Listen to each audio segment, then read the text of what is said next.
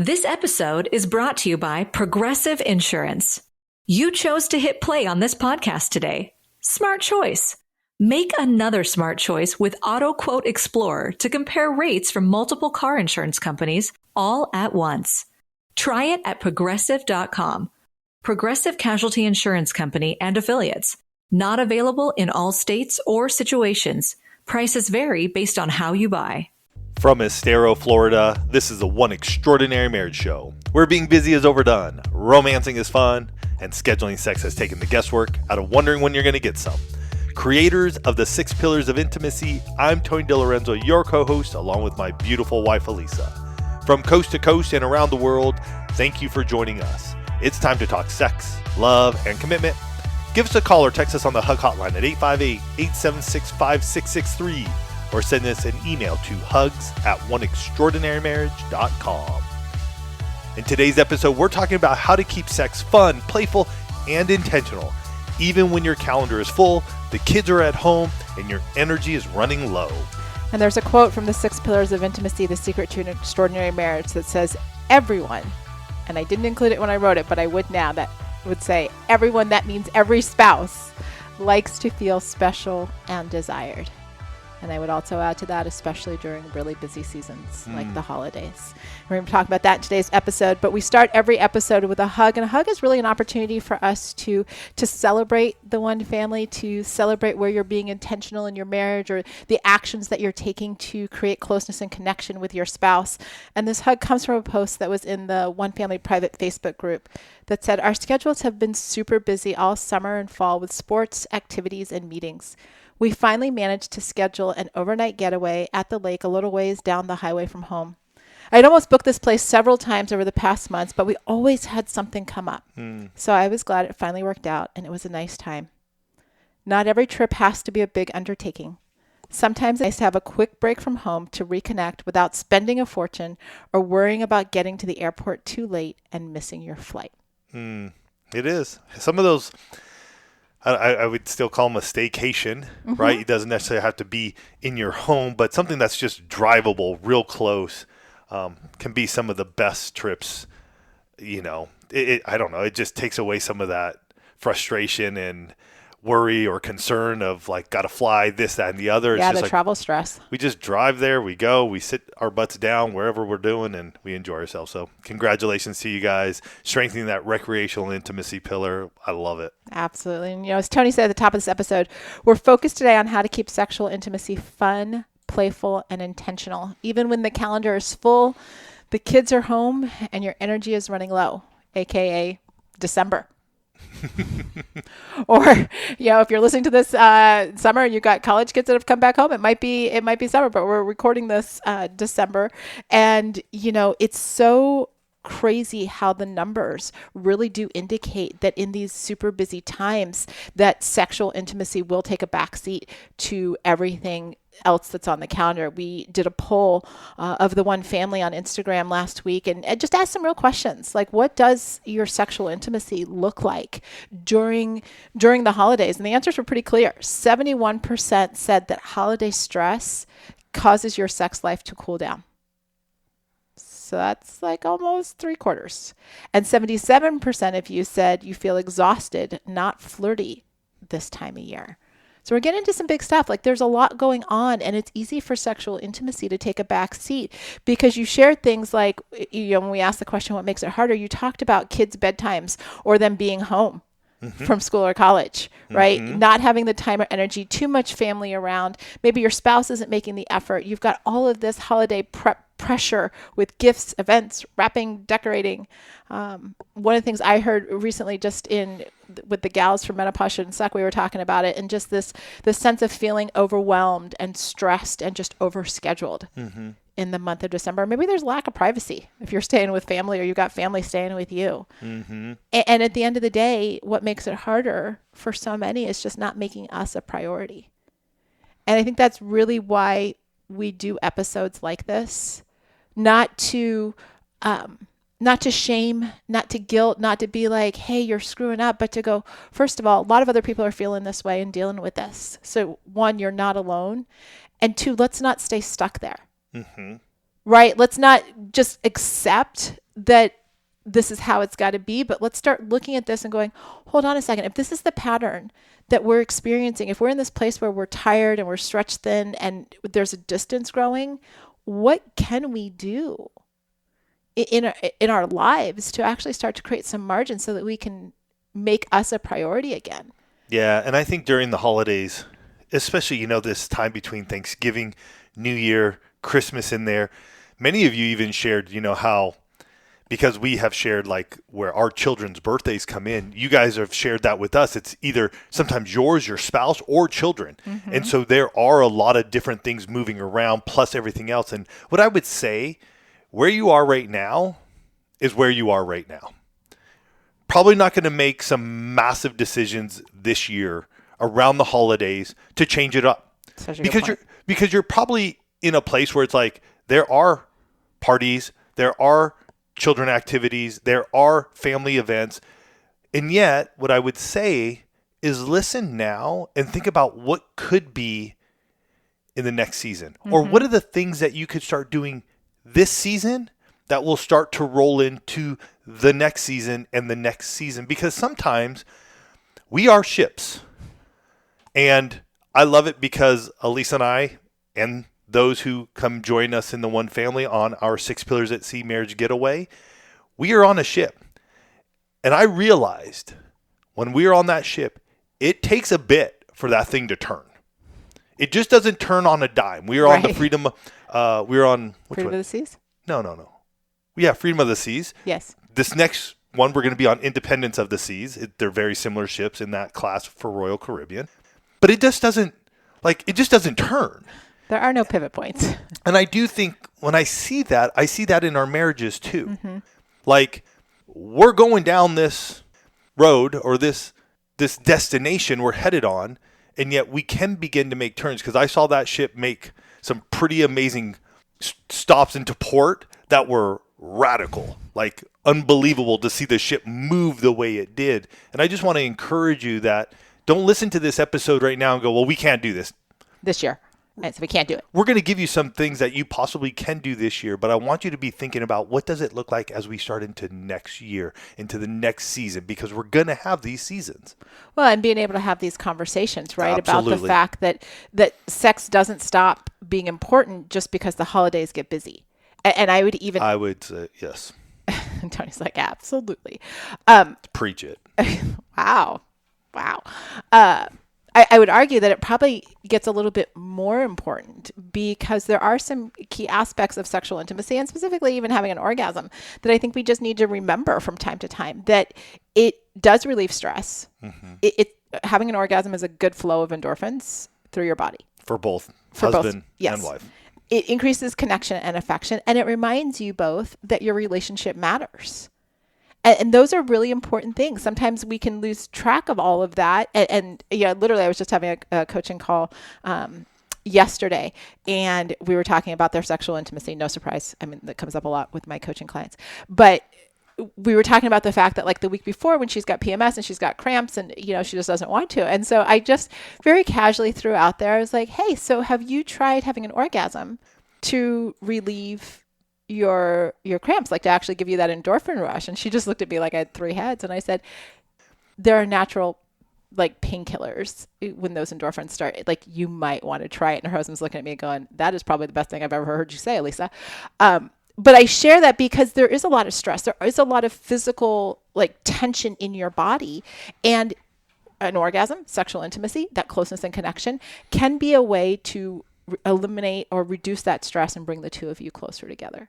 And it's something to be thinking about, because if you're not actively, like Tony said, being intentional about this, if you're not actively choosing to be close and connected, 100% this season, this time of year will rob you of your closeness and connection. There will be that physical distance and emotional distance. You'll start making all kinds of assumptions that the other person just isn't interested. Resentment will do its fun little creep into the marriage. Well, you're making time for all of the other things. And let me tell you, there are a lot of things that you can see your spouse spending time on this time of year. You can see them wrapping gifts. You can see them going to the holiday parties. You can see them, talking with their friends or doing this. You can see like this activity or that activity, all these other things going on. And you can be sitting on the couch going, what about me? You're making a face. I wish people could see your face right now. What is that face you're making? Well, I think there's the other side of it is, look at me do all this stuff and you're sitting on the couch. And that can go goes the other side. And that can go both ways as well.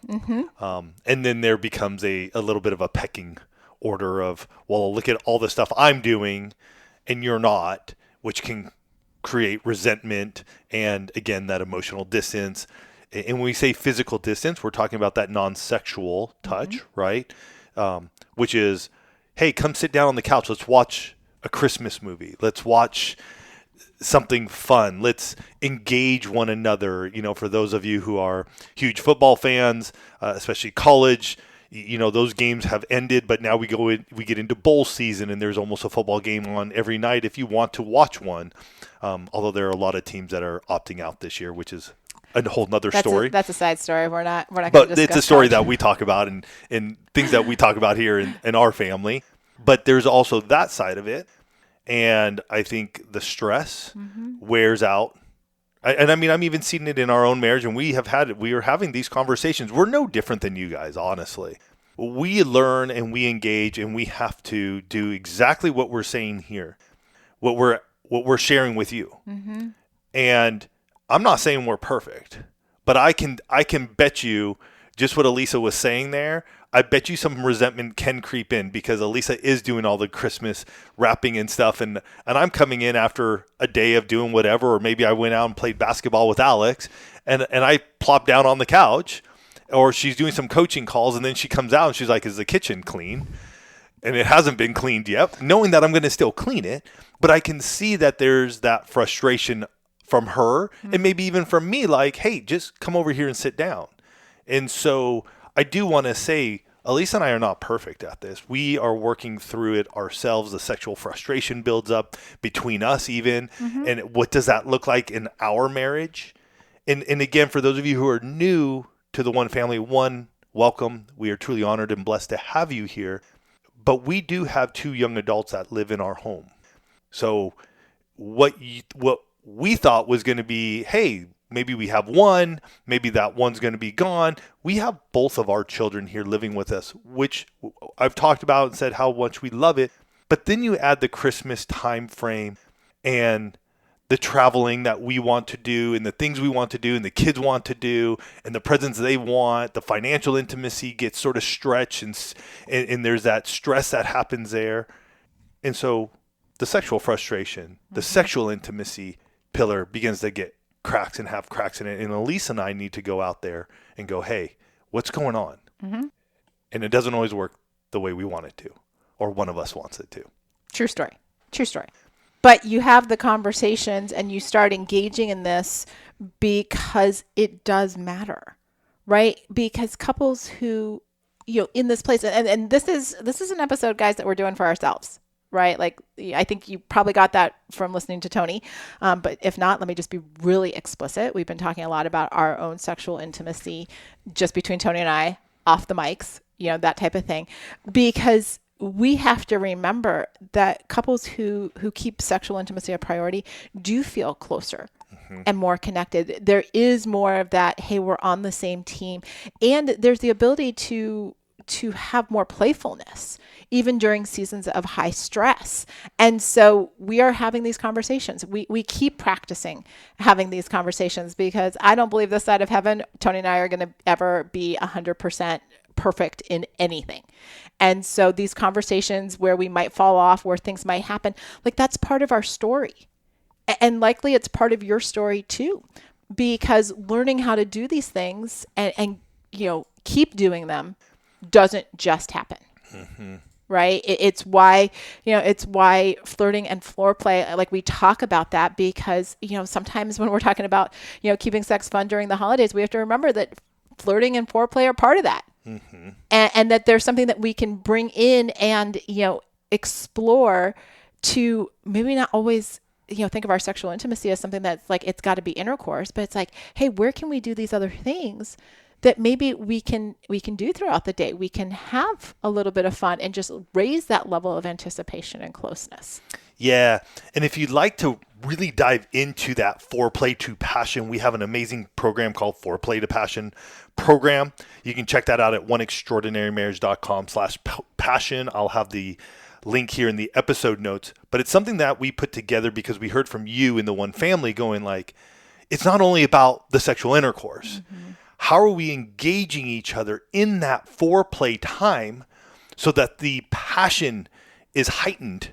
And so when we do actually have sexual intercourse, it's more of that closeness and connection that we want. So check that out at oneextraordinarymarriage.com/passion. And I know Tony said at the top, that we wanted to keep sex fun and playful and intentional.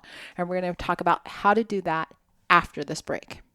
DSW, Designer Shoe Warehouse, is the one-stop shop for all your footwear needs. With sneakers, boots, and everything in between for every style, mood, and occasion, you'll definitely find shoes that get you at prices that get your budget. DSW has what you need, but more importantly, they have what you didn't even know you wanted. You never know what you'll find at DSW. Find the shoes that get you at prices that get your budget at DSW stores or DSW.com. Ray-Ban Meta glasses come with open-ear audio, so you can listen to your favorite music without blocking out the world around you. Hey Meta, play Gorgeous. Here's Gorgeous by Doja Cat. You can also ask Meta AI questions. Hey Meta, when's Doja Cat's next concert? Doja Cat is playing at the Los Angeles Theater next Tuesday. Sweet. Ray-Ban Meta glasses, available at Ray-Ban stores and other authorized retailers. We're back, and we've got 5 ways to unwrap your sexual intimacy during the holidays, even if you've been tired, stressed, or overwhelmed. And I'm sure it's going to come as no surprise that the number one way, the first thing that we're going to talk about, doesn't come as a surprise because it starts with a conversation. Emotional intimacy. Emotional intimacy. It's getting into those, making time for those conversations to say, hey, how are you feeling about our sex life right now?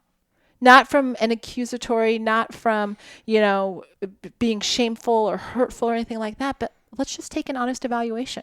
Real quick here, change it up. Don't do it in your bedroom. Please don't. Do it a walk and talk. Go on a drive. Get outside the house. Do this somewhere else where there isn't so much, what's the word I'm looking for there? Energy, tension. Tension, yeah, probably more like that tension of like, ooh, we're going to have sex right now. I think allowing yourselves to be outside of that allows the two of you to talk about it without the feeling of like, oh, we got to have sex now too, because we're talking about it. Now, I'm not saying it can't happen, because that can. And yet, if you're doing the, hey, let's sit across from one another knee to knee in our bedroom, or we're sitting in our bed or laying down in our bed, it can feel a bit tense. It can feel a little frustrating because it's more like, oh, all he wants, all she wants is to have sex. And we want this to be a time that is truly something the two of you do together. Well, you may even turn that question on its head right now. Instead of how are you feeling about it, it might be like, hey, what do you want our sexual intimacy to look like? And I would say, I was going to say in this season, be specific. Season. Like not like, what do you want it to look like overall? Like right now, like what does it look like? Month of December and January, whatever, what does it look like right now? Because we're in a different season with a lot more on our plates. And so maybe we've been living out the intimacy lifestyle. Maybe we've been doing this, but now it's sort of waned. Yeah. So what does it look like right now? So that way we can really have that closeness and connection we desire. I actually like that question, but I'm changing my own questions. I do. It happens sometimes. I think that's a better question. Number 2, schedule a holiday intimacy night, right? Pick a night that's just for the two of you. And I know some of you, like Tony said earlier, you're probably looking at your calendar and like, I can't do it this year. I can't do it right now. We've got something going on every night. Take a breath. Remember, you might just be thinking about what's going to happen next year and be intentional about it. I would change this one a little bit too. I think you could say schedule a holiday intimacy time. Case in point, Alisa and I went on a walk and talk yesterday. We're going to be dropping an exclusive podcast episode in Intimacy Mastery. So if you want to check out Intimacy Mastery, go check that out, intimacymastery.com. But one of the things is we are talking about this subject right here. Yes. And one of the things that came up was like, hey, how are we doing this right now? Because I'm feeling a little frustrated And we had this whole conversation. Again, if you want to listen to the exclusive episode, jump on into Intimacy Mastery and you can hear it there. But what ended up happening is we're reading, and I read. Oh, reading, yes. Reading yes. I was trying to think the before answer. bed. Yes. And I usually read from the Bible, then I go read a book. And it's probably about 10:15-ish. My eyes are fluttering. I'm out of my book at this point in time. I know I'm going to go back a couple of pages. And all of a sudden, Alisa like turns to me and she's like, "You want to have sex?" And I'm going, "No, I don't." Honestly, I'm about to fall asleep. And so why I'm saying schedule a holiday intimacy time, I don't think it always has to be at night. It doesn't. And I do believe many of us married couples get caught up in, well, it's the only time we have because we're not busy or we don't have kids around or something's not happening. And I think if we find these moments and steal these moments back for us when we are awake, when we are engaged with one another, it's much better. And the reason I said no, because I knew I wasn't going to be engaged. And yes, we could have had sex. I get it. I was just sort of like, no. And I think you're okay with it. I don't know. I didn't take it. I mean, I think one of the things we've worked on a lot in our marriage is not taking those types of things as rejection. And I didn't feel rejected at all last night. I was like, okay, you're tired. Go to bed. Shower time. Mm-hmm. Wonderful time, especially with family around, things of that nature. Get some good lube, Water-based lube if you're in the lube. shower. Yep. Make sure you're doing something there. Take 30 minutes. You don't need 3 hours. Mm-hmm. Can you just steal away 30 minutes for the two of you? So have a conversation, schedule holiday intimacy time. Mm-hmm.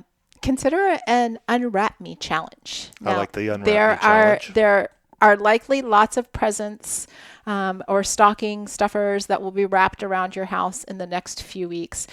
This is a little twist on that, right? Because everybody's getting ready to unwrap the gifts. What if we unwrapped our sexual intimacy? And by this, what I mean is put some ideas in little presents, and wrap them. Right? Get creative. Like, what are some things, like a playful, sexy idea, something that you want to do? Maybe it's, new lingerie. You have, little gifts in a bedroom stocking. We've had lots of couples over the years do bedroom stockings. And you get to unwrap the sexy ideas. You get to unwrap the sexy gifts. It's something playful just for the two of you. It's a way to unwrap something that is, like Tony said, your sexual intimacy is just between the two of you. And so, it's Unwrap Me. If you want to get creative, husbands and wives, I've said this for years, lingerie, silky boxers, all of those types of things are like gift wrap. You may just get some new gift wrap and let your spouse unwrap that. And I do want to share this other thing. It's a little bigger, but Liberator just came out with this it's a faux fur sex blanket. Oh. Which is beautiful. Mm-hmm. Elise and I have one. They come in 3 colors, but they've had sex blankets before, but they're microfiber. Good. Don't love it. But these faux fur ones are nice and soft. So what I was thinking was like, go grab one of these, and I'll put the link here in the episode notes. Wrap yourself in it, naked, and then unwrap. Call your spouse into the area and have them unwrap you. The beautiful thing, these are actual sex blankets. So you can do whatever you want on these things.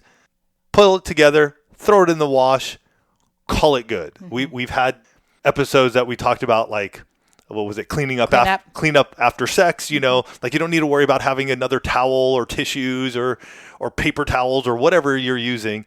Like literally that's what these are made for. And I was thinking about that when he said about unwrapping. I'm like, ooh, maybe we should do that. Like, I mean, these are great ideas that I think we should go do. That's why we have these conversations. And that's why we have our Liberator faux fur blanket. Absolutely. A couple other things. Protect your privacy. And what I mean by this is lots of you talked about the fact that there are additional people around, whether it's college-age kids coming back for the holidays, you're traveling somewhere else. Consider door locks. I mean, we've talked about locking your door for ages. I have no problem. My kids, we still lock the door. Take a shower together, like Tony said. Go to places where other people are not, and create guardrails around your sexual intimacy. And something we've done before too. And I'm I just love this. I love that this conversation is prompting so many ideas. Well, if you're away for a long period, like you're taking off like a couple of days before Christmas maybe, or you're ending up at the folks' house on Christmas Eve, but you're not leaving until New Year's or something like that. Like you're there for a week because it's a trip. Grandparents are great with grandchildren. And Alisa and I have done this on vacation before when we were in Puerto Rico with mom and dad, and just said, hey, one night, like one day sort of deal, we're taking off, and we got our own hotel, and we just sort of like did our own thing. And they were totally cool because they're like, awesome, we get to just spend time with the kiddos. So another option, not saying it's always going to work, not saying it's perfect for everybody, but that might be an option right now where you just sort of go like, hey, we got some hotel points. Like, let's go half an hour away and just steal away for a day and just go walk around, do some Christmassy things together after Christmas time, most likely. But we have our own hotel room and we're away from everybody. And that's the anticipation. So one other fun thing that takes me back years and years, early married days, is Tony's family, his aunt and uncle and mom and dad lived within a mile and a half of each other. And so, on Christmas Day was always at his aunt and uncle's house most of the time. I think it went back and forth. I don't remember. Okay. Well, whatever it was. When Christmas Day was at his aunt and uncle's house, inevitably there was a reason for Tony and I to run back to his parents' house. This is before we had children, right? Yeah, I'm pretty sure. To get something. Yes, we always forgot something at mom and dad's. Or we had to go for a drive, or we did. Yes, or we just needed to get out of the house. We're like, all right, we're done with family people. We're like just in gonna the go afternoon. For a drive. And it was usually in the afternoon after we already had like they were all Christmas napping. dinner type stuff. They were all napping, watching football, my uncles and my dad and all that. So they weren't really missing us because then the evening would come and then we'd start playing our 5-cent, 10-cent poker. So I'm just saying, if you've got family relatives that live close to each other and everybody's at one house, you might borrow the other house just to have some privacy. And the fifth way to really just keep this fun during the holidays, your sexual intimacy, is don't forget to flirt. Think about those touches, the compliments, the looks across the room when you two are making faces at each other. It's those small signals that say, I see you and I recognize that we've got a connection and I'm going to initiate contact to foster that connection. And so it's just thinking through these things as, the holiday, we're still in this period of time, in this pressure cooker, but it doesn't mean that sex can't be fun during the holidays. Yeah. And you know what? This week, again, we are coming into that Christmas Day and then New Year's Day and all the good stuff that comes with it. But this week, take some time to talk about your sex life with one another. Just take a moment. Like, go for a walk and talk. Go for a drive. Do some of the things that we brought up. Maybe bring it up to your spouse and just go, hey, I know we got a lot going on. We gave you 5 different ways. We're not saying use all 5. Use one. Yeah. Present one of them to them this week and say, hey, I know we got a lot going on, but you know what? This year, we are going to just steal away while we're at the parents' place for Christmas or whatever it may be. But take some time this week and just go, let's look at our sexual intimacy. When you do, your emotional intimacy is strengthened. When you do, your physical intimacy is strengthened. All your other pillars get strengthened when you look at one of them in particular, especially your sexual intimacy pillar. You guys have a fantastic week. We're excited for you. We're excited for all that is coming. And as we, head into Christmas, from myself and Alisa, I'm going to say it now, Merry Christmas. Remember the reason for the season. It's for our Lord and Savior, Jesus Christ. So let's remember that, even with everything else going on. Let's look to our Savior, look to our spouse, and then look to our family and friends.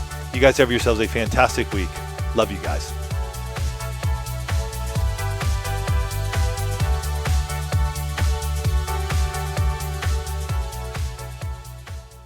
Thank you for listening to the One Extraordinary Marriage Show. If you love this podcast, please leave a review on Apple, Spotify, or wherever you are listening. Your review helps others find the show and know that it's the right fit for them and their marriage.